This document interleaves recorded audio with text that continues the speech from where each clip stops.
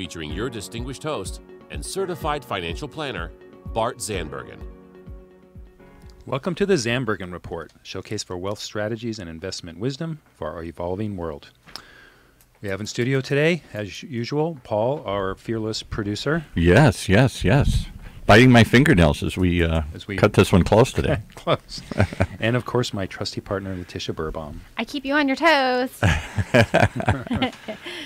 All right, let's get right into this. So today, somewhat following our theme of what keeps you up at night, we're gonna do a slight shift on that, and we are going to talk about the 7 money mistakes millionaires like Warren Buffett and Bill Gates never ever make, but the average people do all the time. So there you have it. I love it. Well, this is great because sometimes we talk about our clients and how they have an abundance of wealth, and there's a transaction that takes place over time. Get if you want to peel the onion, let's say, and let's go back to the very basics and let's talk about some of the strategies to get to where you are today, to get you to the goals you want to be in life. And sometimes we talk about money growth or investing, but really what we're talking about today are what are some of the pitfalls or mistakes so we can help you avoid. And we're going to talk about all 7. So if we miss one, and because we run out of time, I want to make sure you guys log on to our podcast and go ahead and check that out. And on our social media, we also post details and answers under each one in live links, so we can give you guys some great tools and tips. But I don't want to just take it over with too much information, Bart. I want to start with tip number 1 is they don't waste money on fees. Correct. And you already taken over the show, so well done. Can I take over question 1? Okay, so let's talk about that. They don't waste money on fees. And with this, I think we're talking about all sorts of fees, from the small ones that add up to the larger ones. Correct. And the smaller ones as insignificant as they may sound, but there's like banking fees and interest fees and credit card fees. But the bigger fees are making sure, like I think our fees, for example. You want to work with an advisor that charges, reasonable fees and doesn't have fees stacked on top of fees, but is very transparent. Correct. And just charges a reasonable amount of fees. So questions that you can ask them is, how do you charge fees and what does that look like? And then they can put together a portfolio for you and show the fees. But even breaking that down, being mindful, like what you just said, Bart, of the fees, and something very, very simple people say all the time, what they do at the very beginning is they take action. So, for example, they pay their bills on time. And kind of, at least if you feel like you're not great at money management, a lot of times people take advantage of features. They use auto pay.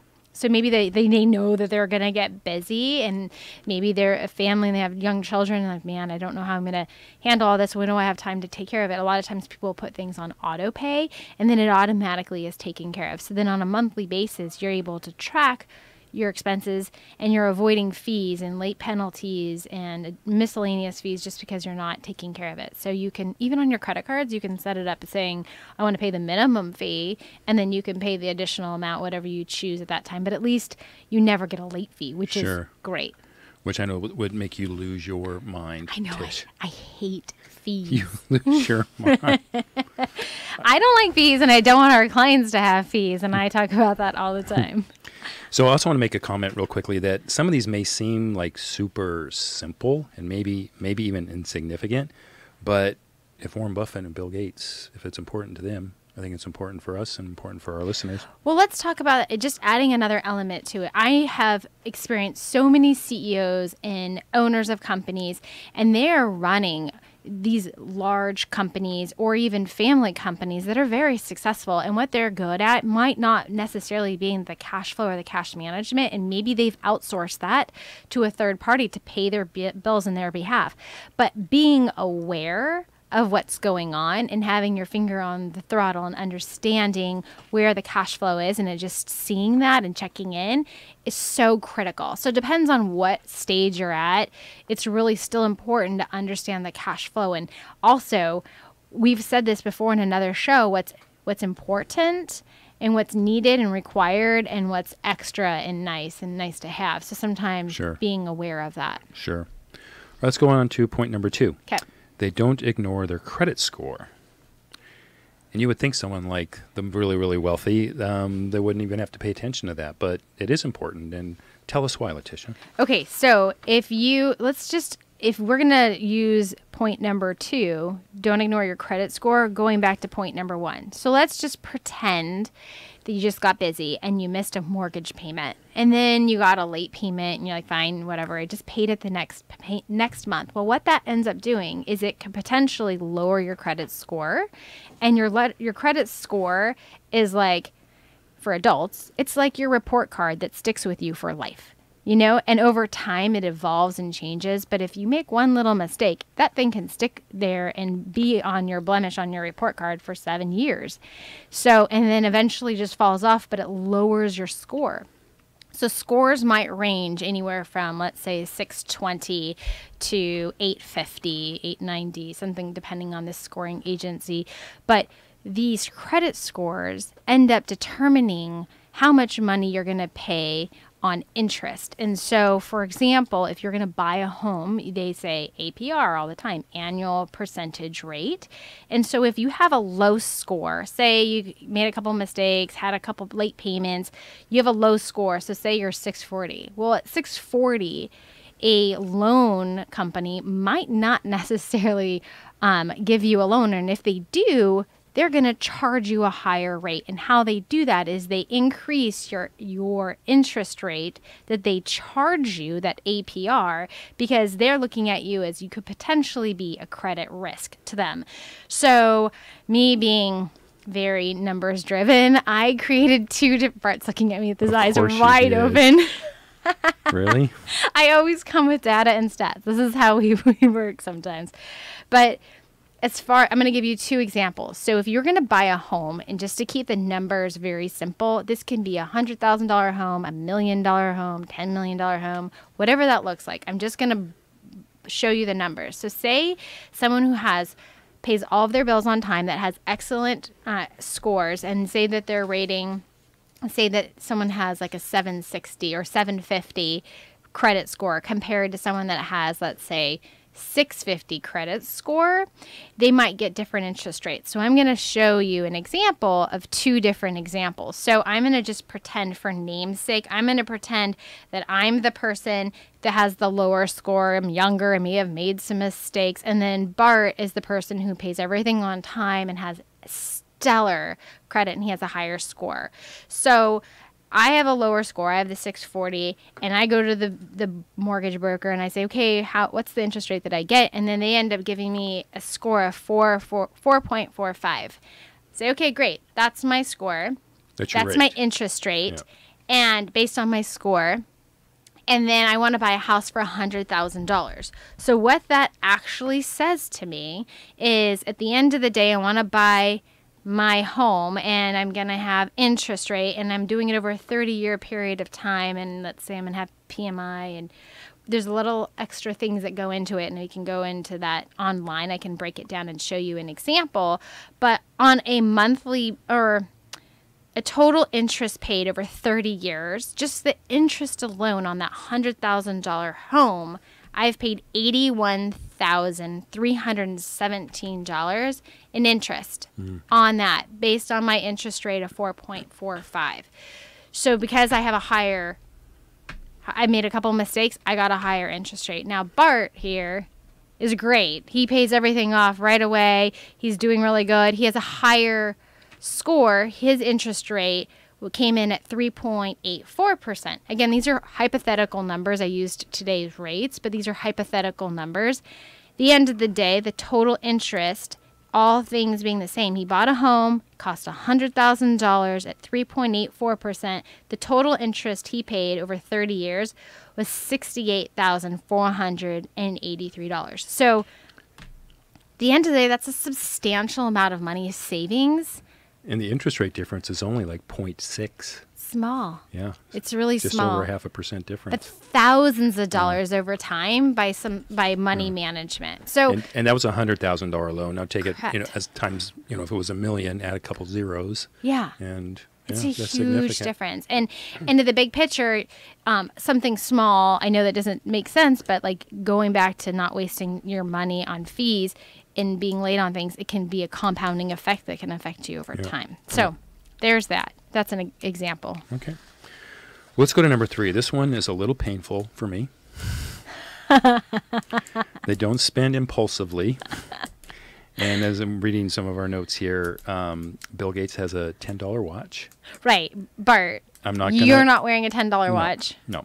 And Warren Buffett eats the same breakfast at McDonald's every day, which never costs more than $3.17. I do love Warren Buffett, but that definitely has to clog his arteries. Yeah. And and actually, you know, he has a home that just sold in near where we live, and so I've heard of people that have seen him and seen his frugal lifestyle. And then Mark Zuckerberg, this is super painful. Mark Zuckerberg drives a manual transmission Volkswagen. So I clearly have a few things to learn in this category. Those are extremes, right? But I think the objective is, at the end of the day, they're talking about be careful with impulsive buying. So just because your neighbor has a brand new Lamborghini does not mean that you need a brand new Lamborghini, right? You have to. Well, you're stealing from one of our from point number 7, keeping up with the Joneses. No, number 3. It's right here in our example, the Lamborghini. Yeah, but that's not because your neighbor has one. That's because this famous person has issues. Right. Okay. So the bottom line is on that, I think, is really try to spend within your means. And rich people have the idea of rich people don't get rich by spending it all. So you can buy things lavishly every once in a while, and that's fine, and have goals and rewards for your goals, but don't just like, hey, this new car looks great, let's just go buy it. And no matter what, and then maybe it's outside of your budget and can't afford it, or you're going to be late on your payments, or it's unrealistic if you lost your job and you don't have savings to afford that long term. That's what we're trying to prevent. We're trying to help you change that. Great. Number 4, they don't fall for marketing ploys. So part of that is they're normally very good comparison shoppers. Yeah. So I think that's important. And always kind of look at the big picture and weigh the benefits versus the cost. So like a value system. Yeah, and it's so easy to do these days. I mean, that you can just go online and compare. If it's a big ticket item, there's a lot of different websites you can go on to compare the cost, the quality, the brand, the design, and compare that way. You can do some additional shopping. For example, when we were buying our solar in our house, we didn't just go buy solar. We went and talked to 5 or 6 different vendors, and actually I'm not just necessarily going with the cheapest brand. The cheapest brand was a company that doesn't have a long track record. And the reality is, if something happened to them, there's nothing to fall back on. So we ended up going with a good quality, dependable product, maybe paid a little bit more, but we felt there was value there on that investment. So we didn't just go for the first salesman that came in our house and talked to us about the solar. We were really trying to make a good decision for what our, needs were for electricity. Yeah. And I think this next point I'm going to make is not exactly what's being referred here, but I think there's a connection. Yeah. And that's and I think it falls under marketing ploys. I know that people may go to a seminar of some sorts, and I think 2 things. Anything that sounds too good to be true probably is. And second, there's no such thing as money for nothing. Yeah. I mean, I don't know. How many people have bought timeshares? That, or they come up with this latest, greatest idea where you do nothing, but you turn your computer on and you sit in your pajamas all day, and you're gonna, make hundreds of thousands of dollars a month. Yeah. Without doing any work. And maybe I'm just kind of old school, and I'm not saying not to work smart. Yeah. But there normally always has to be some sort of work. Nothing comes for nothing. Yeah, yeah. And by the way, I don't have anything against timeshares. I have one. It's just depends on what your needs are. So just making that clear. Okay, number 5, and this actually is probably the closest to. So I'll read it, and then you can give us some examples, Bart. Sure. So don't try to beat the market. So give me 2 different examples on what that might be like. So, I think at the end of the day, it's super important to have long-term strategies. Yeah.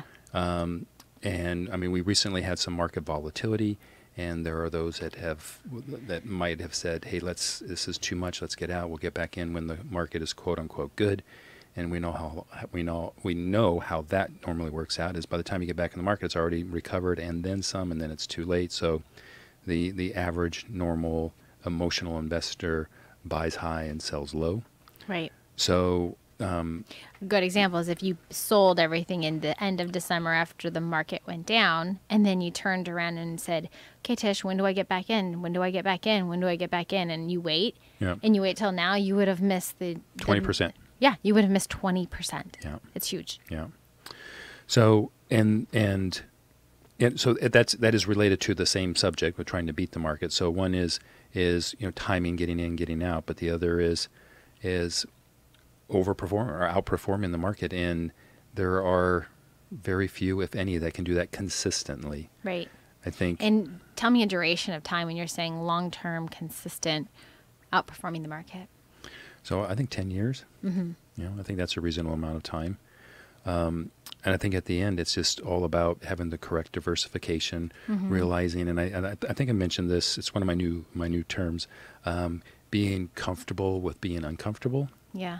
And so we're going to go through times like, the last year, fourth quarter, where it's super uncomfortable. We know that over time, those things do happen, first of all, and then they happen pretty regularly. Yeah. And second of all, they get better. Right. And third, if you have the right diversification, you're not going to have the same impact negatively, and you will come out just fine. So what do you do if you get a call from a client and says, hey, look, I want to follow the daily market momentum and I want to buy and sell. What do you tell them? Well, I will try to share with them and educate them on how that doesn't work, and I may go through just obviously some examples. And having been in the business now for 28 years, I've seen lots of ups and downs. At the very end, and this has only happened maybe once, maybe twice in my entire career. If someone's really dead set on doing that, I'll have to say, what, I'm not the advisor for you. Yeah, got it. Great advice. Mm-hmm. Anything else you want to add to this one, or you want to go to bullet number 6? Let's go to bullet number 6. Okay. So the next one is they don't just have one source of income.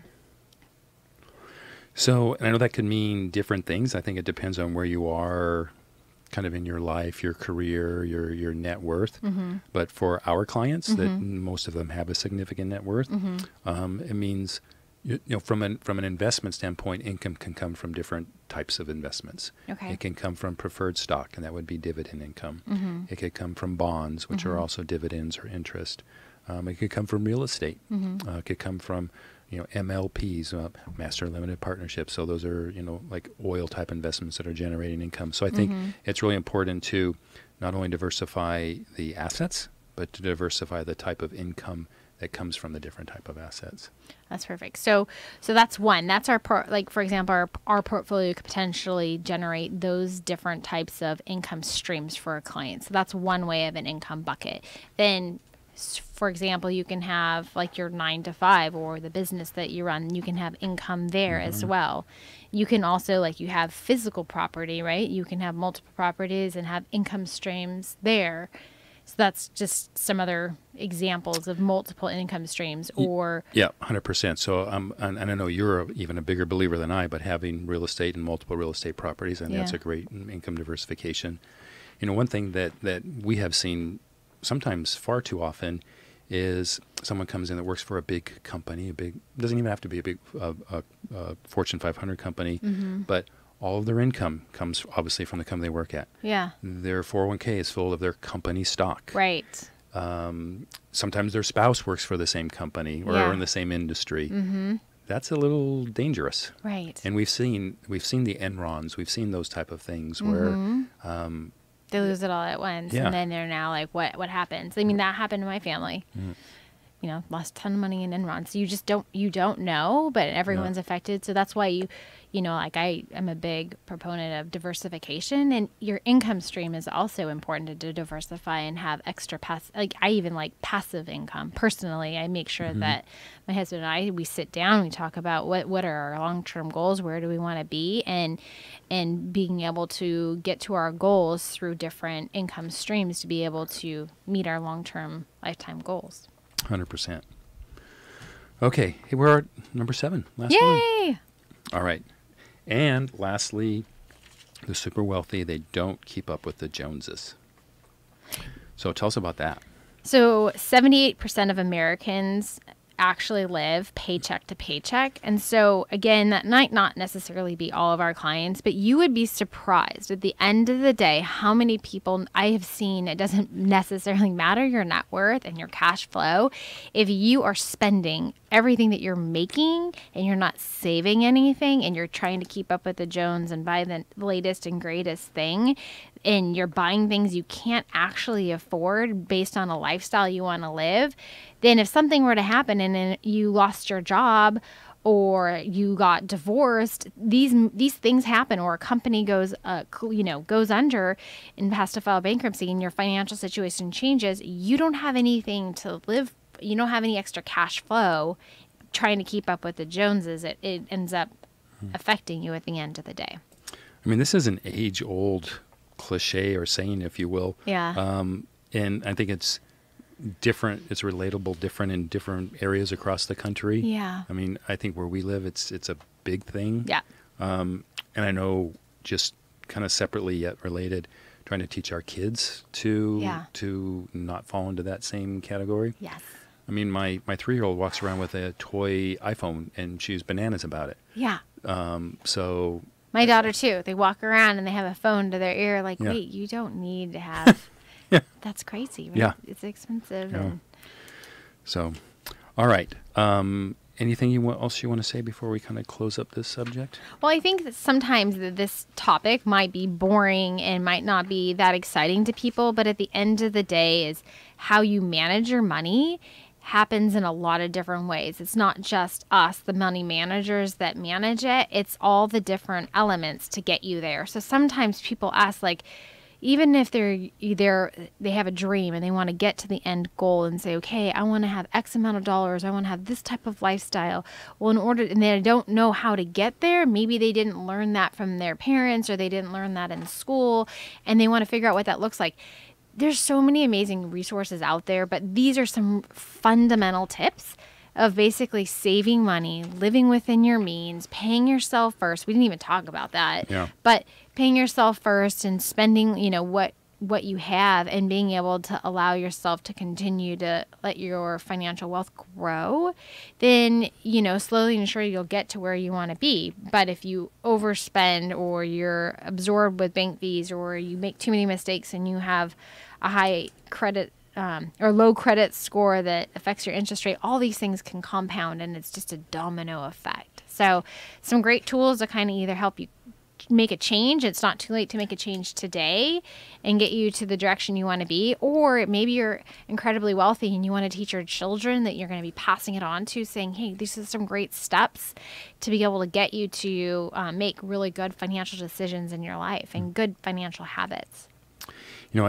We tend to talk about very sophisticated and complicated things that affect the higher net worth, but it's interesting that all of these things are really the most basic, yet practiced by some of the most famous wealthy people in the world. Yeah. So that's why I thought it was important that we at least cover that and make sure we cover our basics. Yeah.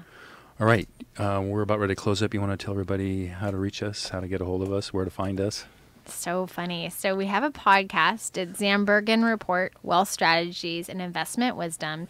You can go on a variety of places, or Podbeam. We're on Instagram.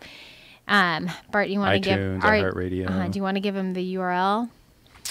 I would, if I could remember exactly what it is. Okay, well, you can go to any of my Instagram handles are all the same, or LinkedIn or Facebook. It's either Letitia letitia.burbaum at Instagram or at Facebook, and that's letitia.berbaum. And more than anything, also, if you want to check us out on our website, it's optivestinc.com, and go ahead and check that out and find out a little bit more about us and great resources. All right. Well, thanks everybody for tuning in. We look forward to being back in the studio next week. Cheers. Tune in next week for the latest edition of the Zandbergen Report, Tuesdays at 2 p.m. Catch up on our recent shows by visiting bartzandbergen.podbean.com. The Zandbergen Report is also available on iTunes, iHeartRadio, and Spotify. Interested in being a featured guest on our show or have a question you'd like to hear us answer? Email podcast@bartzandbergen.com. Bart A. Zandbergen, CFP, and Letitia Burbaum, AIF, are registered investment advisors with Optivest Inc. and registered representatives with Gramercy Securities Inc., member FINRA and SIPC. Investment advisory services are offered by Optivest Inc. under SEC registration.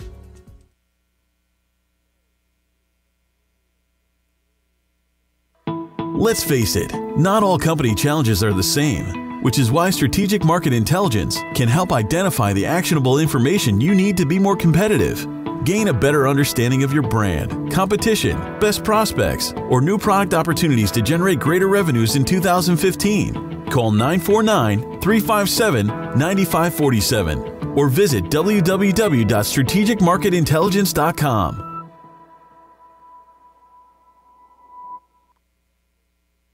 Are you ready to tap into the power of social media to promote your business? It's easy to get social with Turn Up the Volume, the award-winning social media marketing professionals who know how to get results.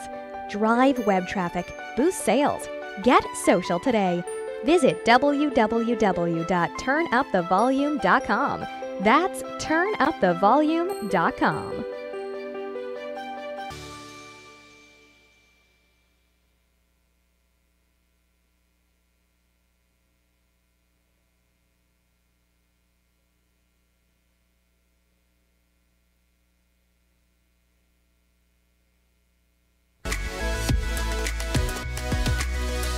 Welcome to the Esports Minute presented by Esports Network. I'm Mitch Reams. Our first story today is a massive deal that went down between two NBA franchises in the League of Legends Championship Series. The Philadelphia 76ers, through their parent company, bought a majority stake in the Houston Rockets Clutch Gaming for $20 million. When the LCS moved to a franchise model in 2017, Clutch Gaming was one of the 10 teams to receive a sought-after spot in the league. The 76ers esports organization, Dignitas, did not receive one of those spots. Now they have bought their way in, and Clutch Gaming will rebrand to Dignitas, presumably after the League of Legends World Championship next fall. The initial franchise value of the spot Clutch Gaming bought in the LCS in 2017 was $13 million. This deal, just 2 years later, puts the value of an LCS spot at $30 million. Our second story today is Chipotle adding more esports sponsorships. Previously, the Mexican food chain sponsored Optic Gaming and Team Solomid. Now they are moving over to the event side for new sponsorships. Chipotle announced deals with third-party esports tournament organizers DreamHack and ESL. Chipotle will become the official partner of DreamHack Masters Dallas in late May, the presenting partner of DreamHack Open Atlanta in August, and the presenting partner of Intel Extreme Masters Chicago, with dates still to be determined. That's all for this edition of the Esports Minute presented by Esports Network. For news from around the industry, check out esportsnetwork.com, and for longer versions of the Esports Minute, visit esportsnetworkpodcast.com. Thanks for listening.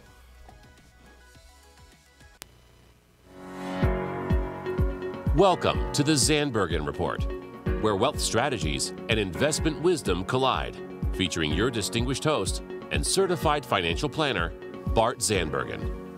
Welcome to the Zandbergen Report, a showcase for wealth strategies and investment wisdom that's essential for our evolving world. I'm your host, Bart Zandbergen, and as usual, in studio today, we have our engineer, Paul. Paul, haven't seen in a couple of weeks. How are you? I'm doing good, and as usual, I'm salivating at today's topic. Well, as our listeners know, the show is typically a financial show, which is, very near and dear to my heart. But beyond finances, there's a couple other things that are dear to my heart. And Paul knows wine is one of those things, and fitness is one of those things. But very, very close to the top is cars, or our cars and automobiles, especially very, very special cars. So with that, I have a very special guest today, Tyler Lee with Pagani Automobilia. Tyler, Hi. Welcome to the show. Hi, thank you. So, boy, I don't almost even know where to begin. Let's first tell people what Pagani is. There's probably somebody out there that doesn't know what Pagani cars are. So you want to start with that, and then I'm going to get into your really cool background. Yeah, sure. Of course. So Paganis are a very bespoke hypercar that is limited to 100 in production. So for Wyra Coupe models, 100, Wyra Roadster, 100, Wyra BC, 100. Or, sorry, that's incorrect. Yeah. Less than that, actually. Okay. Yeah. And when you say 100, just so we're clear, that they make 100 a year, or they make 100 total, and then they go to a new model? They make 100 total and then go to a new model. Okay. Okay. So I believe the U.S. has around 30 to 40 of that 100. Yeah. And then it's distributed to different parts of the world. So how many Paganis total in the U.S. today, roughly? Roughly A couple a hundred? little more than 40. More than 40? A little more than 40. 40. 40 cars. Little more than 40. Paul, is there one in your garage, Paul? I have 2. 2. Can I just say, I looked this up on Wikipedia quickly. It says Yeah. base price of $1.1 million. This is the, how do you say this? Wyra. Wyra, H-U-A-Y-R-A by Pagani. Yes. And it was named Hypercar of the Year in 2012 by Top Gear magazine. So let's define for our listeners, in the old days, anything that wasn't a sedan was a sports car, kind of. Yeah. And then we got into supercars, and now we have hypercars. So, Now we have hypercars, Tyler, yeah. tell the cutoff or the definition of each? Well, different people have different definitions. Yeah.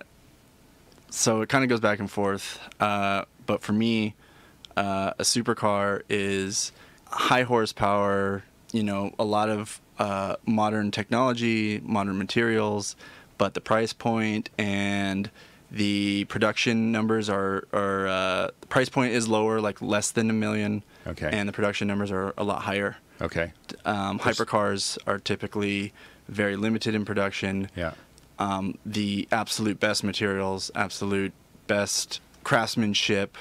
A lot of hypercars are hand built at that stage. And that kind of makes them almost one-off. I mean, they are very individual. So each car is somewhat unique in itself, correct? Exactly. Yeah. So every one is, even though the model and the exterior and the engine and everything is the same, but they're all totally designed totally different. They all seem to have their own characteristics, and I think that's what makes hypercars so special. Well, one of the reasons I was so excited about having you here is I've seen the car a few times. I was at, Paul mentioned it earlier, at the Concours d'Elegance in Pebble Beach.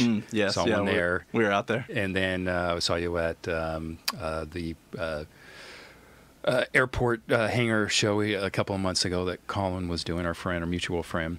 But before we get more into the car, I think your story is kind of interesting because you're I don't know how old you are. I won't make you say it, but you're a pretty young man, and you're working for a hypercar company. That means you get to touch these cars every day. Yeah. Tell us about your enthusiasm. I mean, I assume you must have had an enthusiasm for cars, and then how you ended up working for Pagani. Yeah, it's kind of a long journey, but I'll try to sum it up so I don't ramble on too much. Well, I'm originally actually from Portland, Oregon. Okay. So not too many Paganis there. Not too many. It's rain. Yeah. I just got into cars. I got like a '93 Honda Civic Si, and I was into all the street racing stuff back in the day. So that was kind of how I got my start into cars, and from there learning to modify them and hanging out with car friends and going to car meetings and things like that. And from there, I got more into drifting, and so I traded up my Civic for a Nissan 240SX, Uh-huh. turned into a drift car. Did that thing for a little bit. Yeah. What's a drift car? I don't know what a drift car is. A drift car is, it's basically a rear-wheel drive car that you change some parts on, differential, suspension, so you can get the rear end to slide a little bit, and it's controlling the car while it's sliding sideways. In a nutshell. Controlling the car Yeah. Paul cannot comprehend this while it's conversation. driving sideways. Okay. While it's driving sideways, yeah. I may stop this once or twice along the way here. Yeah. So what's the what movies does he need to see? Fast and Furious? No, there's a couple Tokyo of Drift. Tokyo Drift. That's the one that most people Paul, know, look yeah. it up. Tokyo Drift. That wasn't Tokyo me. That Drift. wasn't me. I wasn't that good. Drifting. Okay, all right. I used to do that as a kid on ice, but that was just by accident. Yeah. Same concept. Yeah. Practice. But yeah, so, I did that for a little bit, and then it was, kind of my dream to be in the auto industry, and for me to do that, there really wasn't that platform or anywhere to do that in Oregon at that time. So it was all here in California, California car culture, all the automotive businesses are here. So I just packed up everything and said, okay, this is what I want to do, and I moved down here. No job? No, just packed up and No those job. stories. No job. I lived with my dad for a little bit, and then finally got a job. Worked some, odd random jobs just to pay the bills, and then moved to Orange County, and because that's where a lot of these manufacturers and aftermarket companies were. So moved to Orange County, got a job, again, needed another job, so I had to pay bills. So I started working at a auto parts store. Okay. And from there, I basically picked up a magazine, and I said, okay, if I want to do this, like, I don't even know where to start. So I just grabbed my car magazine, went to all the ads in the car magazine, and called every single one that was in Orange County, and just basically knocked on their door and said, hey, do you have any jobs? I'm willing to work. I'm willing to do what I got to do. Let me know. And got a lot of, sorry, we're not hiring, that kind of thing. But then one company decided, hey, maybe we are going to have a position. Maybe. So I was like, okay, well, it's something. You're not saying no. Yeah, you're not saying no. I'll take the maybe. Yeah. So I am not joking when I say this. I called them every single day for a whole month. I love that. Until they were able to give me some sort of answer. Yeah. Because I was like, this is my only foot in the door so far. It's like, I got to take it. So I hounded them for a while, and then they got back to me and said, yeah, we are going to have a position, but, we want to have an interview first. I said, okay, sure, no problem. And got the interview. From there, I got the job. I did everything from sweeping the warehouse, cleaning the cars, packaging all the... It was a Japanese body kit company called Sea West. And so I was working there, and, just doing everything, wearing many, many hats, doing what I could. And I did that for about a year and a half. Time to move on. Yeah. Tried to find something else. Now you got some experience. I got some experience. Yeah. And I actually got quite a bit from that. I worked with a lot of racing teams. Okay. Formula Drift is one of the events that we did. Learned about events. Learned about a lot of marketing stuff from there too. And so from there, I transitioned into trying to find something else again, and it wasn't automotive related, and I stuck with it because I got decent pay, but I wasn't happy. Yeah. So I was kind of out of the car scene for a while, and then I met some friends that were into cars, new friends, and we wanted to kind of start our own company. So we're like, okay, what are we going to do, Yeah. So at that time, Instagram was getting really big and Facebook was really big. So we were like, well, let's do like a automotive media company and kind of have our own events and things. Yeah. So he drifted back into it. Oh. Where's the rim shot? I think he has one. You have one? You have a sound effect? So, but yeah, so there it is. So yeah, so we started this company called Car Ninja, and we just, kind of grassroots promoted it. We put stickers on our cars. We went to every car meet, every show. People started talking about us, and then we just started to grow organically, locally here in SoCal, and then from there, people on the East Coast knew about us somehow. Nissan corporate knew about us. I have friends in Japan that still have the stickers on their cars. Oh, really? Yeah. So and what were you doing? What did Car Ninja do? That's the ultimate question. Oh, yeah. People ask us all the time. So what I'm asking, right? Well, you put stickers out and everybody knew you. What did you do? Oh, Yes. they're ninja. You're not supposed to know. You're not supposed to know. Okay, all right. Can't reveal all the secrets. No, so it was like a media company. So we covered events. We did our own events, kind of a lot of automotive coverage. From all sorts of events all over the globe. We had people that would submit stuff too and then you would put that in your social media and not advertise but expose those events. Correct. Yeah. Okay. So, and from there, it lasted a while, but it kind of fizzled out because some of the guys moved off. Yeah. And so we, we still have it, but it's just kind of on the back burner. Yeah. But from there, I was like, okay, no, I need another job again.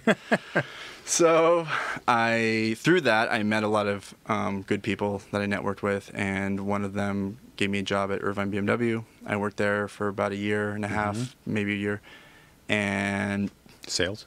No, actually social media and photography. Huh. So that's kind of my thing too, is photography, taking Okay. pictures. And from there, I again was like, okay, I got to find something different. This just isn't working. And went to another job, didn't work out. So I was like, okay, I need to figure something out. Yeah. Rent's due. I've spent a lot of my savings. Fire's lit under me. Yeah. So I got to get out there and do it. So I contacted my friend at Lamborghini Newport Beach, Cedric. He did the marketing at that time, who now actually works for Bugatti corporate. Okay. So that's good to know. Yeah. And then from there, he basically said, well, we don't have anything, but call these guys at Iluso. Okay. I said, okay. So I called them, and again, called till I got an interview. Yeah. Got an interview, got the job, started working there for a few months, and then they said, hey, can you come here for a second? I said, yeah, sure. I'm like, man, I've only been here for 2 months. You're gonna fire me already? Now, yeah. So I was kind of nervous, and they said, no. They said, I just want to let you know, like, we got the Pagani franchise. We're going to have the first standalone dealership in Southern California, actually the U.S., Yeah. and it's going to be in Newport Beach. And I was just, like, speechless. Yeah. Already Pagani was, like, my favorite brand, Yeah. car brand, and for that to happen, I didn't even know what to say. Died and gone to But heaven. so they were like, you're going to be very busy. And I said, oh, no problem. Let's do it. So, Yeah. it's kind of Great. it. That there's a lot of perseverance there, which I think is a great character trait and a great Oh, thank story. All right. So now you're at Pagani. You've been there how long? About 2 years now, I think. 2 years. Yeah. Okay. And are you doing mostly marketing for them? Yeah, Or so you wear a lot of hats? for the dealership, I do so we have Pagani Newport Beach and Pagani Beverly Hills. Both are standalone stores. Mm-hmm. So I do the marketing, social media, photography, events, kind of everything. Yeah. Again, many hats, Yeah. but a lot of branding too to try to Yeah. get the name to be a little more synonymous than Yeah. what is that? Right. That looks cool. What is that? You know, So- unless you're a car guy, people aren't going to know. That's- there's 40 in the United States. Right. That's the hurdle, but I think that's Right. kind of the fun challenge of it. All right, so let's get now we've got that, which is a great story, by the way. Thank you. Let's talk a little bit about the cars, since there are so few. Why are they so great? They're all hand built. How long does it take? It depends on the car. Like Yeah. some people go way out there with their customizations. Yeah. Some people are very Oh, I see. Yeah. Are they all custom ordered or do all you- custom ordered. Okay. So you would sit down with whoever is the salesperson at the dealership, and Pick you the know you trim. kind of you'll go through it and pick what you want, and then if you really want to get serious about customization, Yeah. then the factory would Yeah. help you out with that and make sure everything's So perfect. if Paul wanted to add a third Pagani to his garage, he couldn't just go to the dealership and drive one home. He'd have to go and order one. We do Unless have, you have a used one. We do have used ones. Okay. Uh, You're in luck, Paul. Good. I'm picking up at a deal. we do have some used ones, but they. But they probably don't have any miles on them. I mean, is this a car that people put? They don't put 50,000 miles on. They put 500 miles on it or something. That it really depends on the owner. We have a lot of owners that drive their cars a lot. We Yeah? have some owners that are total collectors and barely drive it. Yeah. So it's everything, Yeah. in between. But seeing them all together on the road is pretty special. Wow. Yeah, it's pretty. When I looked at it, I didn't touch it. But it looks like there's maybe a lot of carbon fiber. There is. Is the body all carbon fiber? Yes. So the body's all carbon fiber, and the monocoque shell is made out of carbo titanium. So it's carbon fiber with titanium woven in. It makes it stronger. A lot stronger, Yeah. more rigidity, Yeah. lightweight as well. So you have the strength with the weight reduction. Okay. All right, I'm going to challenge you here. All right, Okay. as I've told you before, although I love your brand, but I'm a Porsche guy, and all my friends and listeners know that. Okay. So the Porsche 918 Okay. to compare to Pagani, what's they're in the same price range, I think, right now. Yeah. Horsepower, Somewhat. I haven't done any What are 918s going for? Do you remember? on the used market right now. Yeah. 1.5. 1.5. Oh, Yeah. Pagani's still a little bit more. Still a little bit more. But horsepower, handling, any comparisons? Well, I think. Well, to me, they're two different cars. So you have, Oh, yeah? the hybrid. The hybrid as of the 918, yeah. It's totally different. Yeah. Totally different beast. Yeah. I'm sure you've seen the videos of the 918 taking off and Yeah. smoking everybody. So I've been in one, taking off. they're crazy. That's crazy. They're a crazy car. But I think it's a totally different car. Okay. Porsche also has a long racing heritage. Yeah, that's true. So they have a lot of that behind them. Pagani focuses a lot on, yes, it's fast, but at the same time, it's Aesthetics. also beautiful. Yeah. Not to say Porsche's not beautiful, but Careful. but I think that there's a lot of customization and things Yeah. that Pagani focuses on over, say, a 918 Okay. typically would. Is there let's more history on Pagani? Is there Uh-huh. a Mr. Pagani? Is he the designer? And, There is, yes. And what's his history? Did he work for another car company before? Yeah, so a long time ago, he worked for Lamborghini. Okay. And he designed a special edition Countach. And at that time, they were working with different materials, and that's when carbon fiber really wasn't a common material used in cars. And he started to use it and believed in it and wanted Lamborghini to basically start using these on the cars. Yeah. And said, we have to invest in this. This is like the future. Yeah. And at that time, they were basically saying, well, if Ferrari's not doing it, we're not doing it. Yeah. So I know they were, Lamborghini and Ferrari have always had that rivalry. So, Yeah. so they just kind of didn't believe in him. And so he said, okay, and wanted to start his own car company, do his own thing. Yeah. So he got a loan, got some autoclaves to create his own carbon fiber, and started selling that to different companies. From there, he learned a lot about materials and design and everything, and created his first car, which is the Zonda. Okay. So- what year was that? You need Paul? No, I just had a quick question. I'm just wondering, you're mentioning Lamborghini and Ferrari. We all know that. Right. Bugatti obviously makes another supercar, the Veyron. I'm wondering, and this car, Pagani, I don't think we've said this is an Italian company like all the others. I think you kind of went around that. Yeah. Why are all these super hyper car manufacturers? There are a couple Germans as well, like you said, Königsberg or wherever that is. I think that's Swedish or something, actually. But most of them are in Italy. Why? I don't know. It's known as Motor Valley in Modena, which is where Pagani's located. Oh, yeah? So, Ferrari's there, Lamborghini's there, Yeah. Pagani, Maserati. So it's kind of I guess it's kind of like their Detroit, in a way. Okay. So it's kind of like just where the cars are built. So what year did the Pagani company start? 1993 or 94. Oh, and when did they start making cars back then? Yeah, so they made cars, but it was only for Europe, Asia, the rest of the world except for the U.S. Yeah. And then in, I believe, 2011, 2012 timeframe is when the Huayra first came out in the U.S. market. It was the first Pagani to be legal in the U.S. Yeah. So from then on, that's the car that kind of started it all for.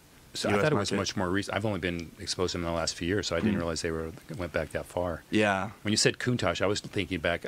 Countach was late 80s? I think so, yeah. Right? And so we went from, okay, interesting. Yeah. It says here, Horacio Pagani formerly managed Lamborghini's composite department and founded Pagani Composite Research in 1988. So he started making the research and the fiber components. Yeah. And then, as you said, the car later, Yep. All right, so there's you and I talked about it the other day, so I'm going to tell you the rumor again. Okay. So the rear view mirrors on the side of cars are very beautiful, and it looks like a woman's eye. And the rumor on the street is that those are the shape of his wife's eyes. So true or false? Urban myth? Don't know if it's actually his wife. His girlfriend? Could be. No. Ouch. A woman's eye. A woman's eye. So yeah, I've heard woman's eye. Okay. The wife has a better story to it, though. That sounds but cool. never verified that he's actually shaped those after a woman's eyes, or it's just could be coincidental. He did. Oh, he did on okay. purpose. Yeah, because a lot of his design work comes from his passion for Leonardo da Vinci. And that would make sense. His method is kind of taking art and science and putting it together that they can like kind of live in harmony in one thing. So that's where he has the beauty, and then he has the technology and science and the materials and everything like that. So and then the beast of the engine. Exactly. And underneath, do they make their own transmissions and engines and stuff, or is it all they're just sourcing it from other places?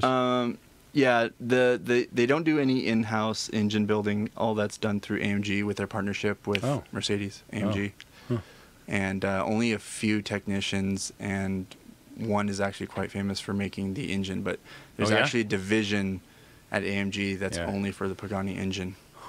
So. But we didn't get to it. So what is the horsepower? Maybe it varies on the different model, but roughly. It does. Is it in the 700, 800, 900? Yeah. So the coupe is about 700. The Roadster's 734, and the BC, which is more the hardcore race kind of model, is under 800. Okay. Yeah. All right. On the website, it says this is the most. The man is quoted as saying, "The Huayra, or however you say it. Say it again. Huayra is the most complicated project we've ever undertaken. Why? I think that one you're looking at is for the Roadster. It is, right. So the Roadster is... So the Huayra itself took many, many years to complete. They just Horacio wanted to make sure he got it perfect. And the Roadster is different because they didn't want to just take the coupe and take the roof off and call it a day. So it's actually a completely different car that uses a brand new material that they created specifically for that car, called Carbotriax HP52. I had to memorize that. Carbotriax HP52, and it saved about, I believe it's like 137 pounds off the car itself just from that material. Wow. So that combined with the carbo titanium, it just makes it it's a totally different car. Yeah. It's designed different. It has some Zonda features on it too from the older cars. Okay. So there's a few design cues that are different, but Huh. Hey, before, as we're running out of time, but I want to make sure, I asked you earlier, we didn't get to the stories. Sorry. No, the show's going great. You've been able to drive them, Yes. right? Maybe more than once. So what's that like? Give us a story of driving the car. So I think, the car itself, obviously crazy, fast, Yeah. a lot of fun. But I think there's different stages to this car that make it so great. And I think actually driving it and pushing it is one of the things that you have to experience, because then you fall in love with the car all over again. Did you drift? I didn't. No. But yeah, I got to drive it a few times and drive it cruising, drive it fast, pushing it, and it's like smile on your face the whole time. Did you drive it on PCH, which is Pacific Coast Highway here on the West Coast, or on a track? I did. Yeah, I drove it on PCH a few times. Was that with people freaking out? Was it crazy? It's you feel like a rock like star? a celebrity, but you're not a celebrity. Yeah, people are looking at you, and I think some people are like, "Oh, that's cool," and some people are like, "What the heck is that?" Yeah, like I don't know. Are there any creature comforts inside, like cup holders and steering? Nope. Cup holders. No cup Does it come with cup holders? It does have Apple CarPlay, but yeah, it does. Okay. Yeah. Okay. So you can get this podcast on there while you're listening. Yeah. And good speaker. I mean, is it Bluetooth? Is this sound system good? It's actually really, really good. Yeah. Okay. So yeah. Well, no compromises. I was about ready to put an order in, but without the cup holder, yeah. I'm sorry. I'm not sure. I retrofitted mine. I retrofitted it. There is a guy with a cup holder, and you can get one done. Yeah. And it's carbon fiber. Of course. Of course. All right. Well, see, we're out of time here. Todd, it's been great having you on the show. Oh, yes, Again, one of my favorite subjects.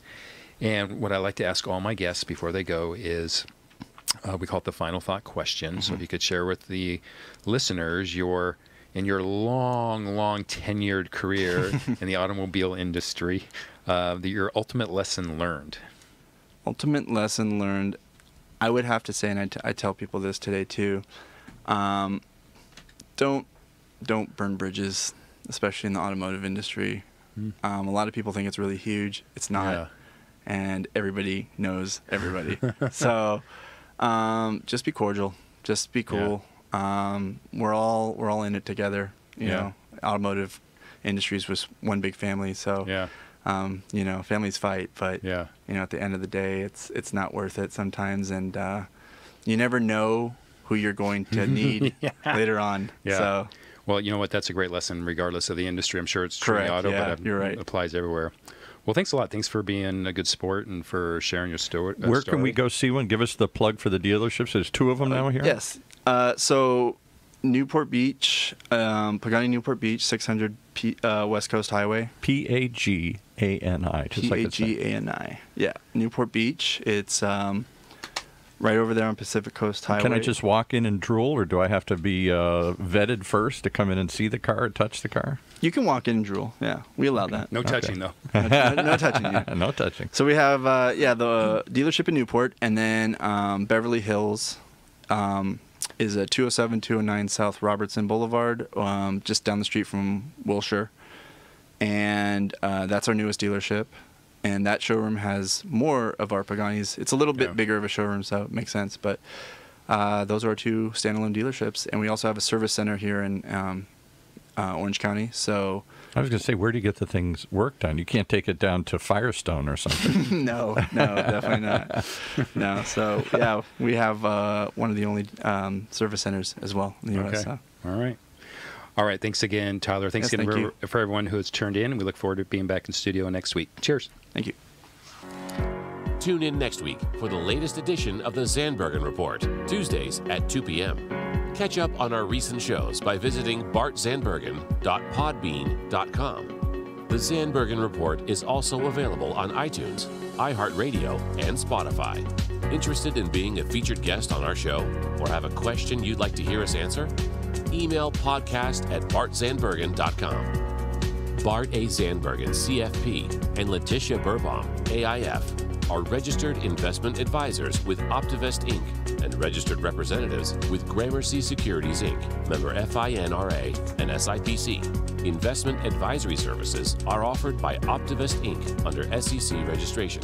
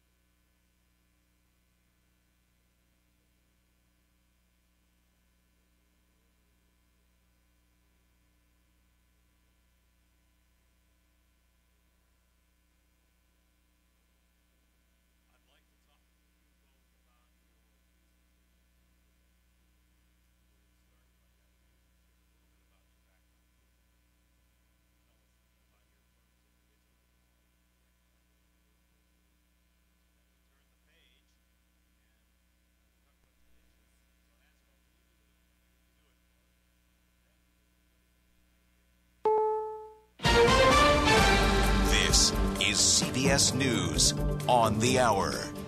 I'm Pam Coulter.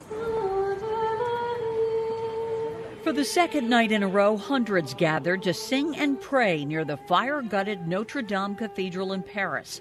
It's a country rocked by loss, but through an interpreter, French President Emmanuel Macron again pledged to rebuild the historic structure. We must change this catastrophe into unity. CBS's Vicki Barker in Paris. For Marie, a Paris tour guide, this fire was personal. I was christened here. She grew up in the shadow of Notre Dame. It's like pages of our history that disappeared in a few hours.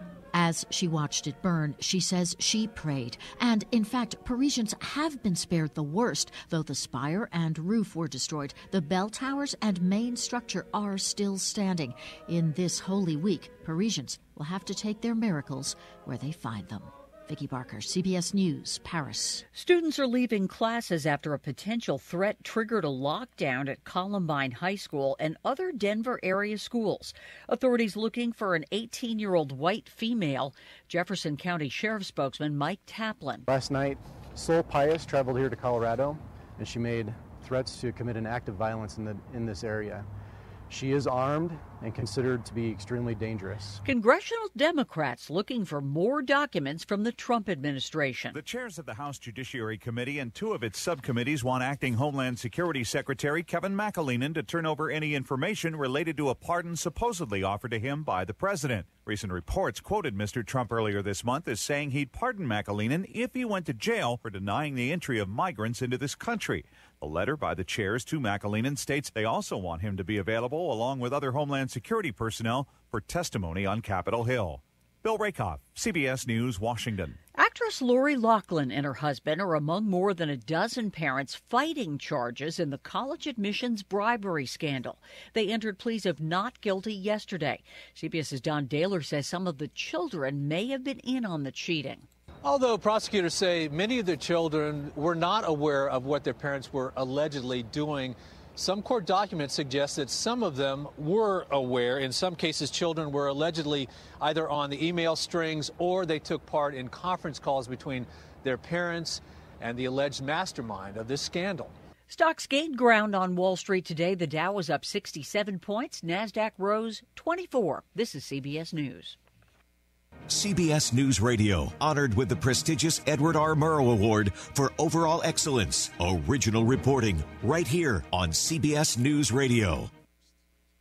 These days, consuming the news is a full-time job. This will be the first real We've taste just of learned winter that police weather. are in the U.S. process Senate of has just voted to move 75,000 forward. homes. But with CBS News Radio's award-winning coverage, you'll never miss a story. There is a lot to get to tonight, but we're going to begin here with some breaking news. Every hour of every day, CBS News correspondents are on your radio and online, delivering comprehensive and original reporting across the country and across the world. I'm Stephen Portnoy in Singapore. This is Adrienne Bard in Mexico City. This is Steve Futterman in Paradise, California. Go beyond the headlines with CBS News Radio podcasts like CBS This Morning, The Takeout with Major Garrett, and Face the Nation to listen to interviews with some of the biggest names in politics. Is this a legislative agenda or a platform for a presidential run for you? Comprehensive coverage, original reporting from CBS News Radio, on the radio and online at cbsnewsradio.com.